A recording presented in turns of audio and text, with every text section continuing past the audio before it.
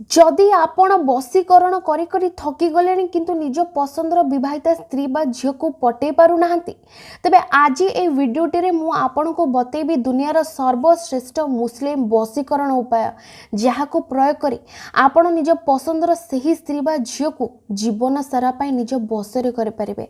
मात्र किछि दिन पाई नुहे कि 10-12 दिन पाई नुहे आज्ञा हाँ जीवन सारा पाई आपण ताकू निज बसरे करी ताठारु मन मुताबक काम मध्य हासिल कर परिबे। ए विधि को आपण आज करिवे मात्र 24 घंटा मध्य रिजल्ट देखा पाइबे।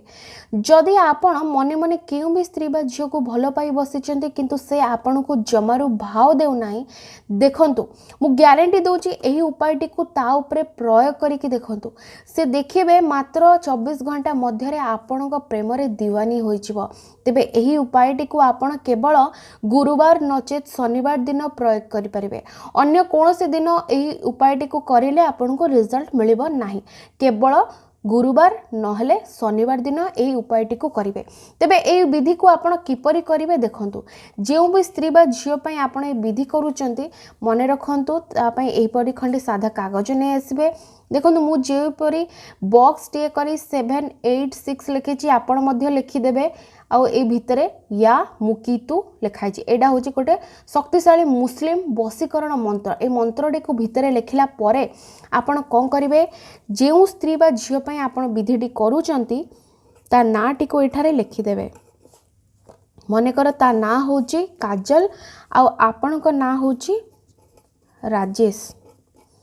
देखंतु बस एतिकी लिखिले एबे आपण कोन करिवे ए कागजटी को आपण निज सामना रे रखिबे आउ आपण कोन करिवे प्रथमे सेई दिग को मुह करिवे जो दिगरे से स्त्री बा झियर घर सेई दिग को मुह करिकि केवल आपण काजल नाटी को 3 थर पढ़ी देबे आउ तापरे आपण जो भी दिग को मुह करिकि एई मंत्रटी उच्चारण करि पारंती। ए मंत्रटी को आपण केते थर पढ़िबे मात्र 21 थर ए मंत्रटी आपण उच्चारण करिदेबे। या मुकीतु एही परि 21 थर आपण लगातार मंत्रटी उच्चारण करि सारला परे कागज को उठेबे एवं आपण निज मुंड चारिपटे 3 थर बुलाई देबे आउ तापरे कोन करबे कागजटी को मोड़ी देबे आउ निज घर बाहर को जाए जे कोनसे को सुनसान जगार आपण ए माटी खोली टिके ए कागजटी को पोती दे आसीबे। बस एतिकी करंतु देखिबे एपरि प्रभाव से स्त्री बा झियो पर पड़िबो कि से बाध्य हेबा आपण को पाखु को आसीबा पाई। तेबे मने रखंतु ए उपायटी को आपण संध्या बेला समय करिवे। संध्या 5टा रु आरंभ करी राति 9टा मध्य ए विधिटी को आपण करि परिबे। धन्यवाद।